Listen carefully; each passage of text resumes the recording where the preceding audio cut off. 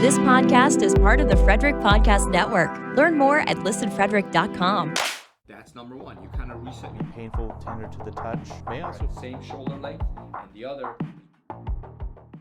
Welcome back to another episode of the Real Health Podcast with Brandy and Amir. I am Dr. Amir Rashidian, a chiropractor, and Brandy Rashidian is the other half of me and our family, our business, and everything else. We don't separate business and personal. It's just life. And so It's true. She's my partner in life.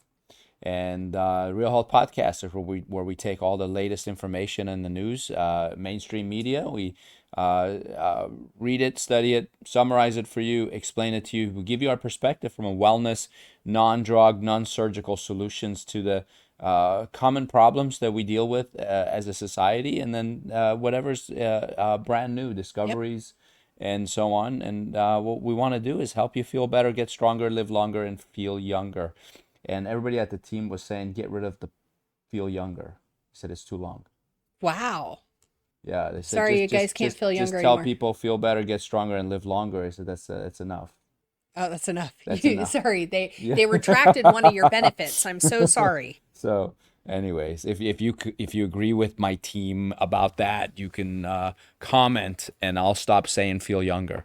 But for now, I'm keeping it. Yeah. Because personally, being 50 years old, I'm enjoying feeling young. Well, I was talking with somebody the other day, and I think I don't know if we've mentioned this on the podcast before, but I think like our internal aging clock mentally stops. I've never talked to anyone who actually if their body is feeling good, you know what I mean? Nobody is like, oh, I'm so old. We often forget how old we are. I forget how old I am. We laugh about it all the time. Say that though. What? When they're in the back on the tables, that's all they say. I got people half my age who are like, I'm in my mid-20s now. Doc, I think I'm getting old. But a lot of people say a lot of the women I talk to, we go, I look in the mirror and I'm often surprised. I'm surprised that I've aged. I'm surprised that I'm older. I forget that I've aged. And who the heck is this I'm married to? He really looks handsome old. brute. No, I have my work cut out for me. You always look young. I do. Yeah, so that's why I make him young, grow too. his beard. Patients ask all the time, I can't wait till he shaves that beard off. I go, excuse me, I asked for him to have that because it's the only gray on his body, so it ages him, and I need him to be aged. I need you to look a little older, sir. Yeah, Makes me look somebody younger. will take me seriously. Well, what episode are we on? 86. I was going to say that. I would have been 86. right. Coming up on 100 pretty soon. So episode 86. And please remember, we are part of the Frederick Podcast Network, and we can easily be found on listenfrederick.com. For sure. So for you local folks, make sure you check that out. You can see the other podcasts there as well. But you can always find us on video on YouTube and all the other platforms as well. But we appreciate all you've been doing. You've been helping us out. You've been sharing. You've been subscribing, and that keeps us motivated. Oh, I had an idea. Don't we love it when I have ideas on live? Especially when I don't know what it is. I know. He got nervous. Did you see that? This happens a lot. Guess what? We can always edit this. Oh, that's true. So if this isn't edited, it was a good idea. I'm so excited because I was sitting down. We're now in basketball season, right? We're a basketball family. We love basketball. Our kids all play basketball. And then we're also the team chiropractor for the Frederick Flying Cows, which you guys know. We've had the coach and players on before. So I'm really excited because I met with Keenan. He handles all the sponsorships and relationships. And so him and I were just processing through our year together coming up. And I'm so excited for what the Cows have planned and what they have going on. And I'm so excited to be a part of it. And I think we should run some fun games here on YouTube and maybe on some of our other platforms. I think we should give away some tickets to the games. Oh, all right. I'm actually going to have a couple of special tickets for each game to give away too. I'm going to have some courtside seats that, so we'll run some VIP contests. seating. Oh yeah, I'm so excited. So we'll run some contests and stuff throughout the season, and you guys too on the podcast. If you're listening and you're sharing and subscribing and commenting, we'll get you guys some tickets. So just be active with us. Let us know you're out there. Let us know what you want us to talk about, and we want to dig in with you guys. So for us, it's not just about sitting here. We want to make sure that we're giving you guys valuable content, telling you some fun stories, and just getting you guys excited about health and life and where we're all headed together. So we're doing this stuff together. Speaking of fun stories, we had a fun conversation Saturday night with a friend of ours What was that? at small group. Which conversation? Remember, Julie was asking Sugar. how to prevent dementia and Alzheimer's. Oh, And I said, well, for Alzheimer's, you got to sleep. And for dementia, you can't eat sugar. And she wasn't happy with me. They almost left the small group. So I had to put away sharp things. that's right. That's right. But I mean, those are big things. So you guys want to know what we think about that? We're not saying we know everything, but I just know if you're sleeping well, you're getting enough REM sleep at night, your chance of getting Alzheimer's decrease significantly. Absolutely. And if you're not a sugar addict, and how do you know you're an addict? Is because you get cravings. So you get really strong sugar cravings. If someone puts a bowl of candy in front of you and you eat the whole thing and you can't stop, that may be a signal to you that your body craves too much sugar, and we got to make some changes. But so anyways, I told her I'm not going to give you any more information unless you subscribe and share the podcast. And That's so right. hopefully she's watching right now. So We love you, this is Jules. a little shout out to Julie. And last time we talked about ivermectin. And There's so much to unpack with. oh my goodness, it's big in the news right now. Ivermectin, vitamin D. There's But so many most things. of the news is saying it's worthless. And most of the news is saying vitamin D, you just need a tiny little bit. But when you look at the actual data, that's actually not accurate. Right. And so we're gonna try to stay politically correct. So We're going to try to give you this information in a way that you can receive it and we still get to stay on the air. we don't get This is a punished. tightrope sometimes. It's so funny. I never really realized before we got into this, like how cautious you have to be and how you have to be so intentional with how you verbalize certain things so that you guys can still get the right content and us still get to keep our channel. It's so funny how it is a tightrope. It's a tightrope. Yeah. So, but I think that's going to be changing because what used to be labeled as misinformation, I think we're going to start to maybe see things open up a little bit. Let's just hope and pray, and hopefully the right information can get to the ears of. Yeah, I mean, Facebook removed all their fact checkers. Yeah. So. We'll see. Anyways, so we talked about how it all started because Joe Rogan had Mel Gibson on his show, and Mel Gibson, not being a doctor and not really being a expert in anything biochemical or physiological, said ivermectin cured 3 of his friends who had serious cancer. So that started the whole thing. And we started looking into it, and we found that a lot of the research that is published is saying that's not the case. That ivermectin does not have anti-cancer properties, that it cannot be used to treat cancer, and it's completely useless toward other infections too, such as the big virus that caused the pandemic. And so that's what's being published. So then we dug a little deeper and we looked up some of the people who are speaking about this, not actors and film producers, but we looked at PhDs and medical doctors and oncologists and virologists and immunologists. And what was interesting was that they said every time they propose a study on ivermectin, it gets rejected, redacted, or funding gets refused. And so the ones that are being published, I think they're biased.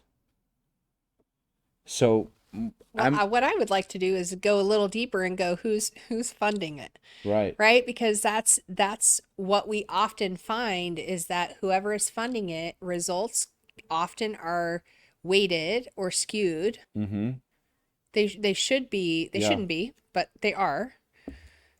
So like, this would be like the conclusion from our episode today is that I don't know if ivermectin is going to treat cancer or cure cancer. But there's a lot of anecdotal evidence that says it does. Enough to where there should be some very serious There studies should be done. studies done. And there's a lot of research studies that say no, it doesn't do a thing.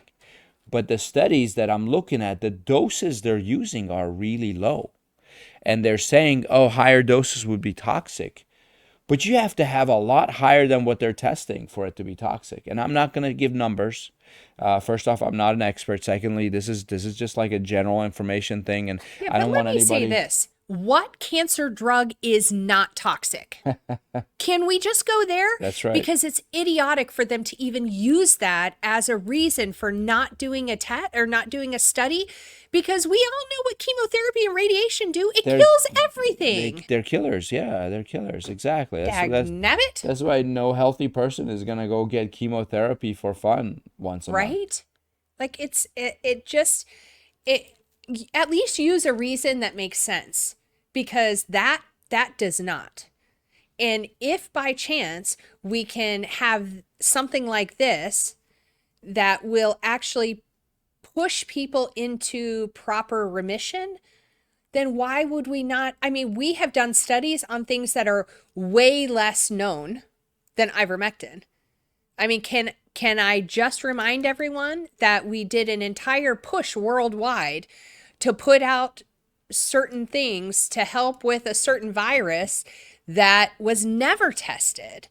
So but we put that out and we just said, we'll just test it on humans in the field. So I have issues with that, but we should not be surprised. Yes, you're the issue person for sure. So there's a medical clinic, and I don't want to mention their name because I don't want to advertise for them here. But you can find these all over the internet. And they have a blog post that says ivermectin and fenbendazole in cancer care, a functional medicine breakthrough. And it says, as cancer diagnoses rise globally, the urgency for innovative, effective, supportive therapies grows stronger. A recent peer-reviewed study has highlighted a groundbreaking protocol combining ivermectin, fenbendazole, and natural compounds such as vitamin E, curcumin, and CBD. These elements, when used together, demonstrate significant potential in supporting cancer care. Now, they say the research reveals the combined effects of ivermectin, fenbendazole, and complementary compounds in addressing cancer at multiple levels. While traditionally known as antiparasitic drugs, ivermectin and fenbendazole, when used together, showed potential to modulate cancer pathways and support the body's natural healing mechanisms. And then, so I looked up a lot of experts. In fact, we were just watching a video of two older gentlemen. Oh, they were so cute. One was an oncologist, one's a famous YouTube figure with millions of followers. Older guy, he's a doctor.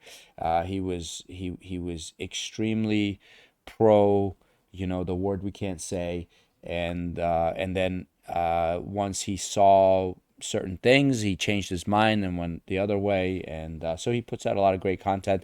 Again, I don't want to say who he is, but he was very supportive of what worldwide was being asked of everyone, and he was a big proponent telling everyone they should get their dosing and follow the mandates and all that.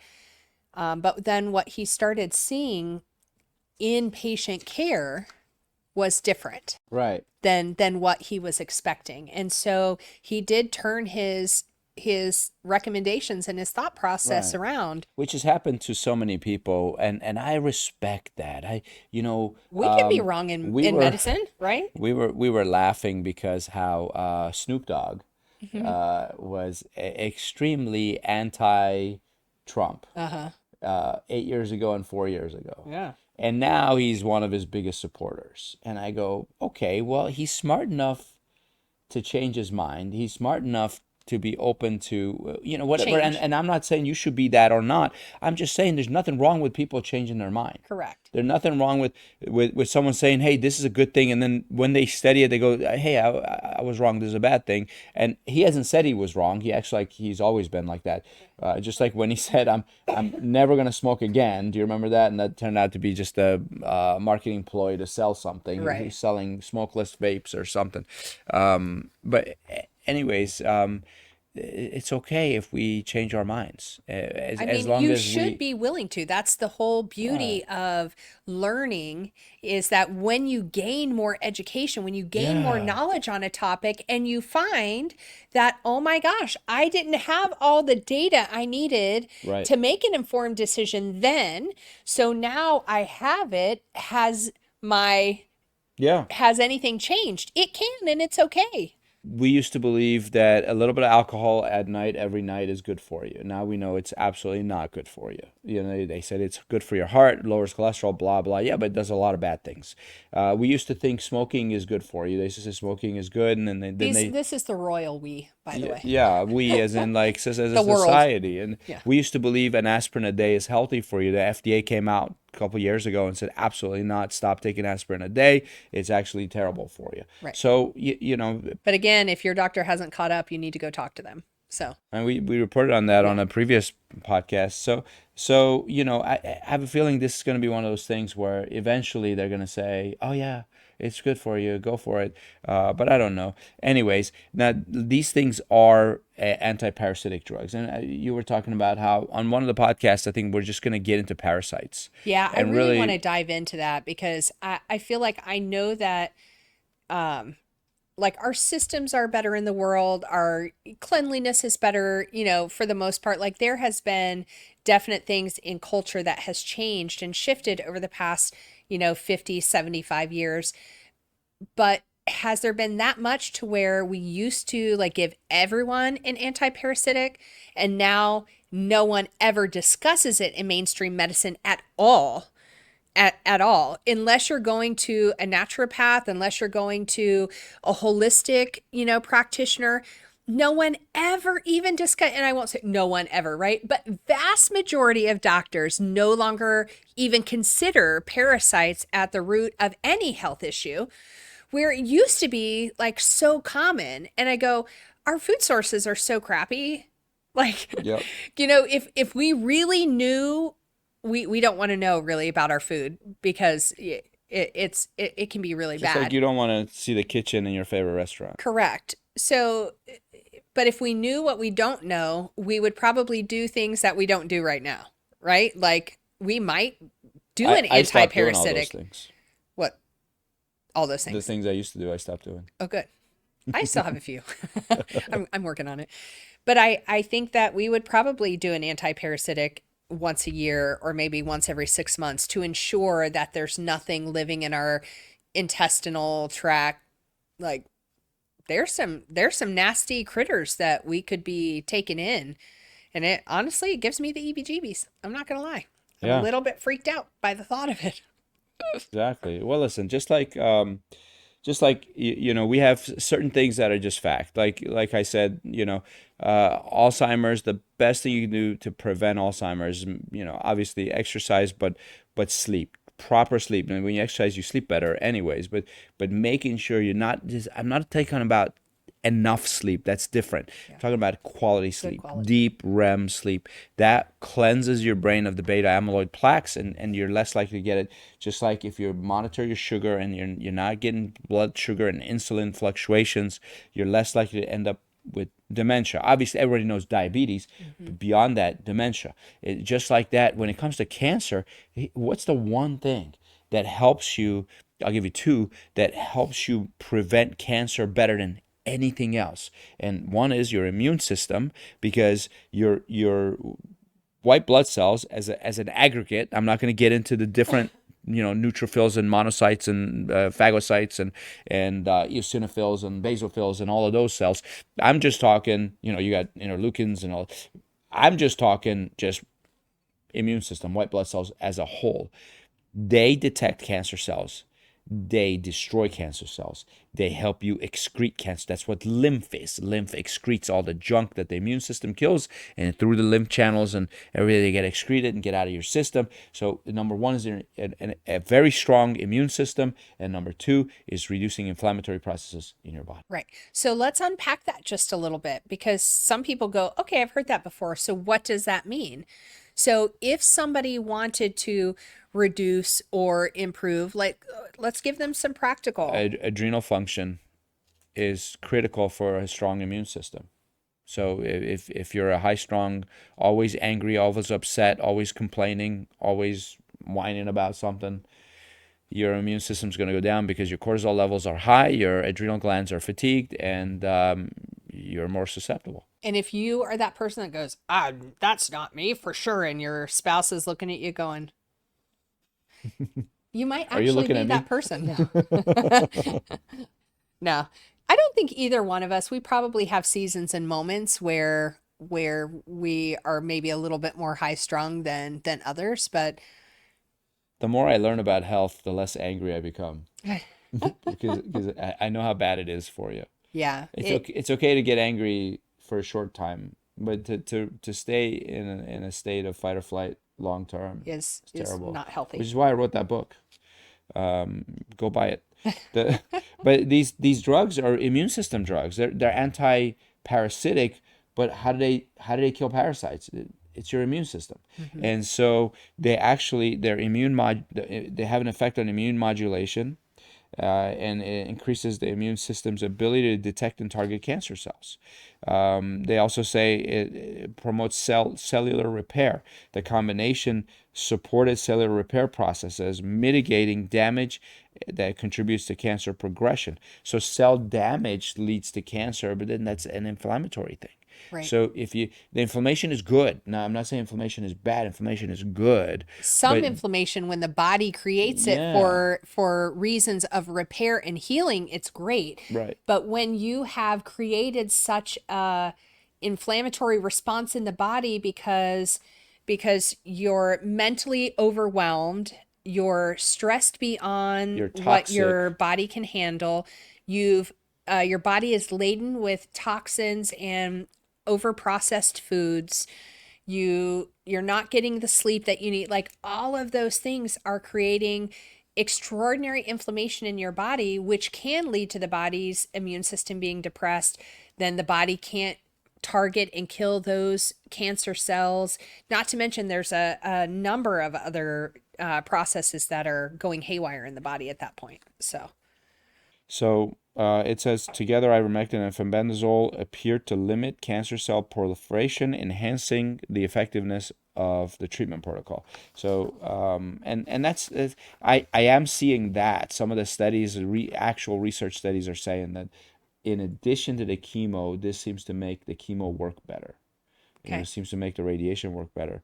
But those doctors that we listened to weren't saying that. Right. And these are doctors on the front lines fighting cancer day in and day out. This blog post says these effects were further amplified by the addition of vitamin E, curcumin, and CBD. Those things seem to be anti-inflammatory things, among other supporters of the body. But CBD does help reduce inflammation as well, which it says which are known for their anti-inflammatory, antioxidant, and immune-supporting properties. Right.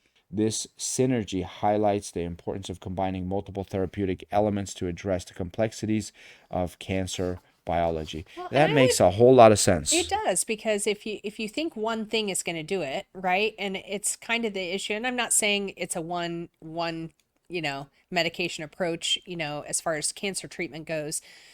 But I will tell you, majority are not dealing with the other components of the patient's lives, that if they would address those things, they would create better outcomes for their patients. If the doctors would say, hey, here's what I find if my patients, the patients that actually remove sugar from their diet during treatment, the patients that spend time out in the sun, the patients that are willing to listen to music and dance for 15 minutes a day, like there are things that really promote wellness outside of the treatment that if patients would do it, if they would, and these are things that cost them nothing.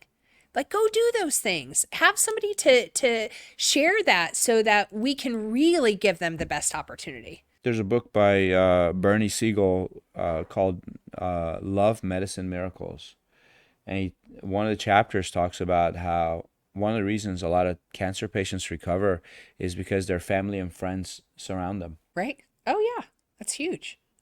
And he noticed that makes one of the biggest differences in people's health and how they recover. They feel loved and they feel supported and they fight. Right. And they beat this thing. Yeah. And he might go as far as saying that's more powerful than the drugs. Oh, I would agree. It's so why wait till you're sick? Get yourself surrounded by your friends and family and loved ones. Absolutely. Spend time, don't eat alone. Just try to eat with people you love. Yeah. That's huge. Don't eat while you're angry. Absolutely. I wrote about that in the book. Yeah. So, and what are some other things like immune system? If we're telling our friends here, there are things you can be doing. Don't wait until you're in a cancer fighting situation to begin changing some of these things. Let's put ourselves in a position where we don't even have to deal with cancer, first of all. But that starts now, right? That could have maybe needed to start 10 years ago. But it can start now, and we can start reducing. And we've talked all the time. Don't think you need to go home and change everything, because it's virtually impossible to do that. But can you go through your favorite fast food like one less time in a week? Could you maybe not run to the convenience store and get that soda or that diet soda? Like, I saw a picture of Trump and JD Vance and I forget who the third person was, and RFK Jr. on an airplane sitting across from each other on a table. They're eating. They're all eating the Golden Arches red and yellow food, and everybody's smiling except for RFK Jr. He's like, I can't believe they're making me eat this. It's a funny face, but yeah, I mean those guys eat fast food too, and your body can take the hit if you're doing the right stuff outside of that, right? Like every once in a while, but every once in a while. why would But you? why would you want it to? It's like I can survive a punch from Mike Tyson, but I don't want why to. would I want to get that? Yeah, I can survive a car crash, but why would I want to get into one? I mean, it's like isn't it funny though that the thought process, like I'm willing to let my body take a hit for this, right? But I wouldn't for that. Right. Do you know what I mean? But that's such a common thought process. Right, exactly. And I said this at one of the podcasts before. I truly believe putting good food in your body is an act of self-love, and it's a representation of your self-worth. Yeah. How valuable are you to yourself?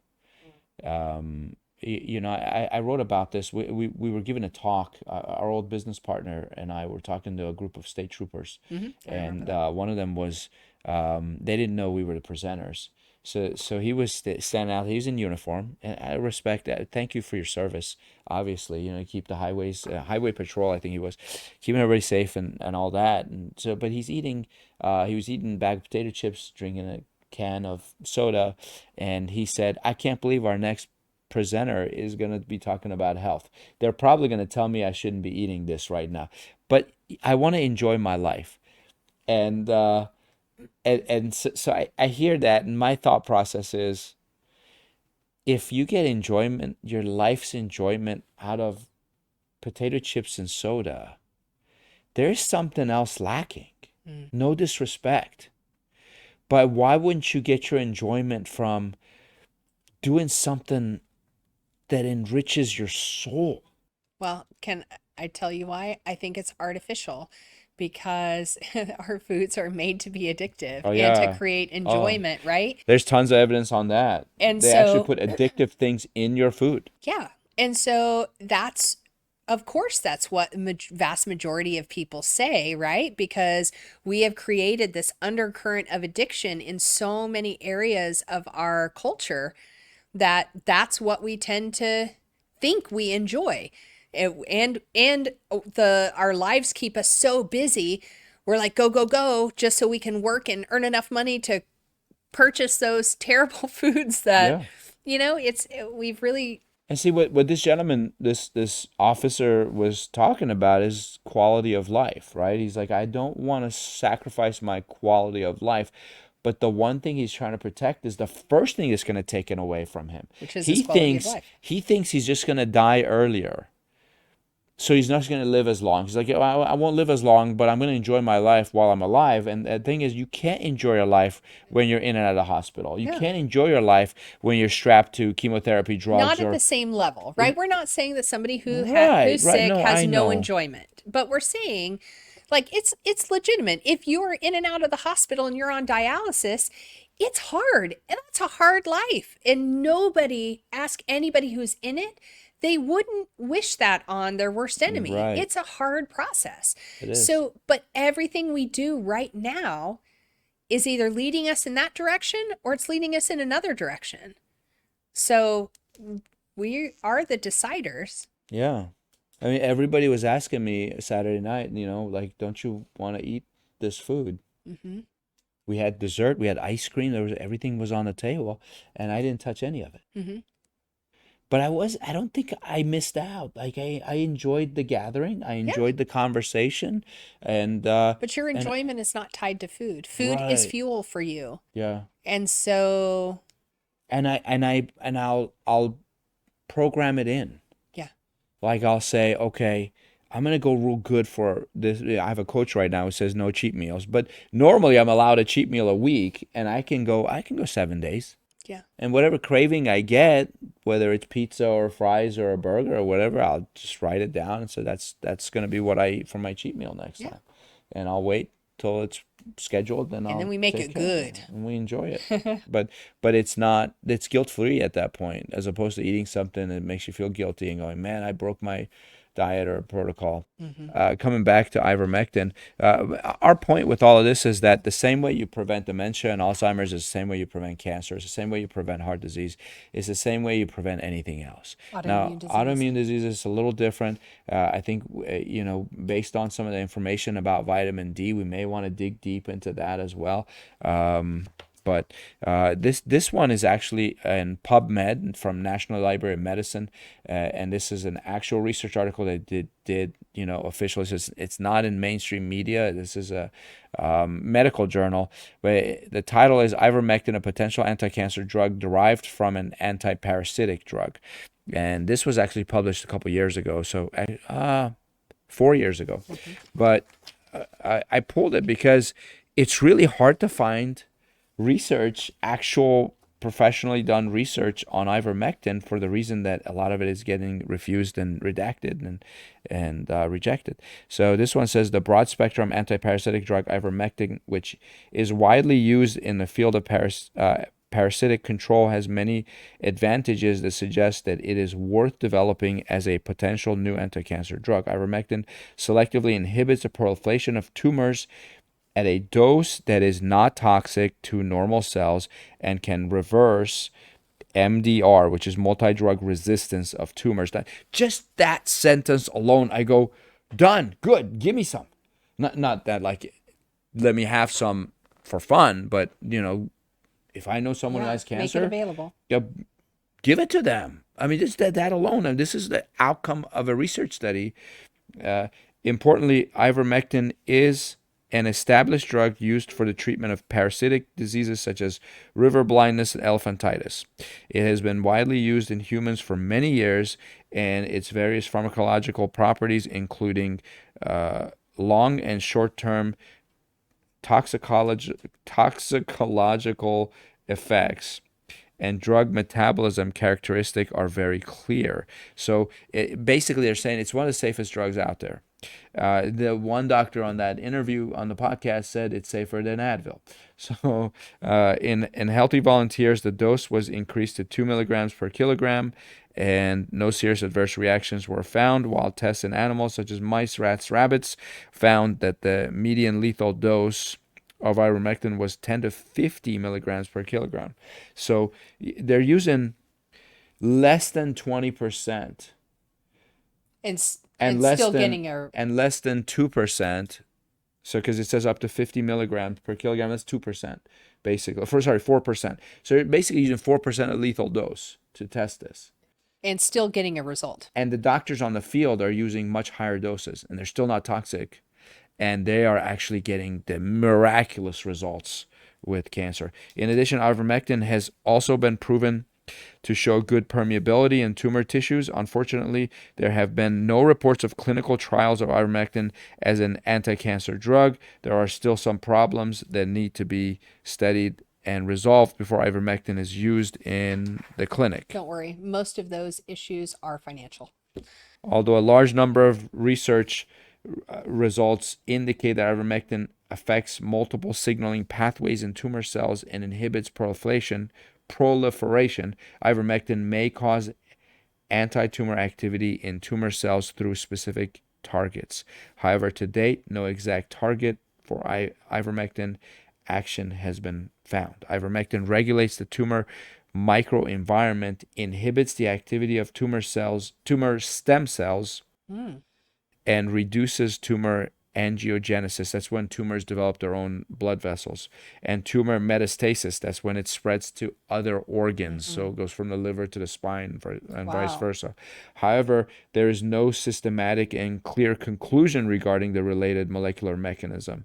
So they don't know how it does that, but it does that, is what they're saying. Therefore, in future research, it is necessary to continue to explore this specific mechanism of ivermectin involved in regulating the tumor microenvironment, angiogenesis, and epithelial mesenchymal transition. Basically, what stops the metastasis to other organs and lymph nodes and so on. It has become, so they're like, oh, we should really find out how it does this before we give it to them. But there's so many drugs, they have no idea how they work, and they give it to them. Do you know what a black box warning is? Yes. It means this will kill you and we don't know why. Right. and it's in a lot of drugs. Right. And we use drugs that were created for this and have off-label use. They don't know why. They're going to call this one a blue box warning. This works, but we don't know how. Just throw a blue box warning on it, or I don't know, yellow box warning. Pick a color. I don't know. It has become increasingly clear that ivermectin can induce a mixed cell death mode involving apoptosis. So apoptosis is programmed cell death. Every cell has a programmed time of death, like your skin cells die every 30 days, and your bones die every 90 to 120 days. Your red blood cells die every 4 months. So everything's dying and replacing. That's called apoptosis. Autophagy, it also has effect on that. Autophagy is when the body eats its own bad or diseased cells. And pyroptosis, this is a fun one. I had to look this up. I knew it, but I couldn't explain it. So the explanation is it is highly inflammatory. It's a highly inflammatory form of lytic programmed cell death. So this is a response. It's a part of antimicrobial response following infection. So again, it's cell death, but under inflammatory conditions. So when there's inflammation, those cells need to die. The body does that. So ivermectin has an effect on all of these things, depending on cell conditions and cancer type. Identifying the predominant or most important contributor to cell death in each cancer type and environment will be crucial in determining the effectiveness of ivermectin-based treatments. Ivermectin can enhance the sensitivity of chemotherapeutic drugs and reduce the production of resistance. So it makes chemo better. Therefore, ivermectin should be used in combination with other drugs to achieve the best effect, while the specific medication plan used to combine ivermectin with other drugs remains to be explored. Finally, existing research is sufficient to demonstrate the great potential of ivermectin and its prospects as a novel, promising anti-cancer drug after additional research. We believe that ivermectin can be further developed and introduced clinically as part of new cancer treatments in the near future. I hope so. That would be great. Well, and it will also be interesting as there's been a lot of talk in the news over the past week about the big investments into AI and how they believe that they're going to be using AI for diagnosis and treatment. Did you hear about DeepSeek? It's a A new little bit. It's a new AI that's being produced by it's another country, and they're saying it's better than ChatGPT. Yeah, which is why we are trying to put so much into it right now, because we want to be at the top of the AI game. Right. And so it will be interesting to see now with a change in administration, with some of these, new individuals with oversight in some of these areas. It'll be interesting to see some of the changes and progression. I feel like we're going to see that maybe we haven't seen in more recent times. Well, hopefully we answered your questions, specifically Mandy, who wanted us to talk about ivermectin. Hopefully we answered some of your questions. Bottom line is they're using lower doses than they're using in clinical trials. There was a female oncologist who was telling a story about one of her patients, and she said that this patient it wasn't her patient, but the patient had stage 4 prostate cancer. And they tried everything, and they said, well, you're not responding, so you're going to die. And he said, well, can't we do more radiation? They said, there's nothing else we can do. You need to get checked into hospice. This is the end of it. And apparently he went somewhere and illegally got ivermectin and took some high doses of it. And he lived a year. And at the end of the year, he finally started to get better. So for a year, he didn't get worse. So they thought he would die in a few months. He didn't. After 18 months, 6 months after a year, so a year and six months later, he was in complete remission. And he called the oncologist, said, I know I have cancer, but I sure don't feel like it. That's cool.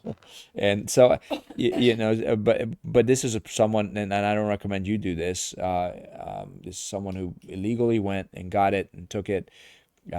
Because no doctor would give it to him. Well, why can't we do that? Why can't we monitor these people? Why can't medicine be our choice? Why can't we decide what goes in and out of our body and all of that stuff? Why can't we have a say in that, especially in the world of information that we live in? I mean, because it's a little bit backwards if you think about it, because we do want that in some regard, because that's why we allow pharmaceutical companies and vaccine companies to actually advertise. We're one of the few countries that do that. So we want to tell patients, here's this, go ask your doctor. He'll give it to you. And in most cases they will. But when it comes to something that they haven't figured out how to monetize at the level that they want to, because ivermectin is cheaper than the other cancer treatments. It's not an expensive medication, which is probably part of the hang up. Right? If we can't figure out how to really monetize it, we don't want it to be out there. So that's a challenge. So we should all know that's part of the equation. So let's talk about some parasites next time, maybe, and let's talk about some vitamin D. Yeah. And let's talk about keeping your immune system strong. Remember, the fact is that the human body knows how to heal itself. One of the things that Mel Gibson had said on Joe Rogan was that he doesn't believe there's any natural disease that doesn't have a natural cure. I would agree with that. And so anyways, I'm quoting Mel Gibson, but it kind of makes sense. If something can happen naturally, it should be able to be taken care of naturally as well. So hopefully this was useful and helpful. And we will see you next week for episode 87. Looking forward to it. All right. See you next time. This podcast is part of the Frederick Podcast Network. Learn more at listenfrederick.com.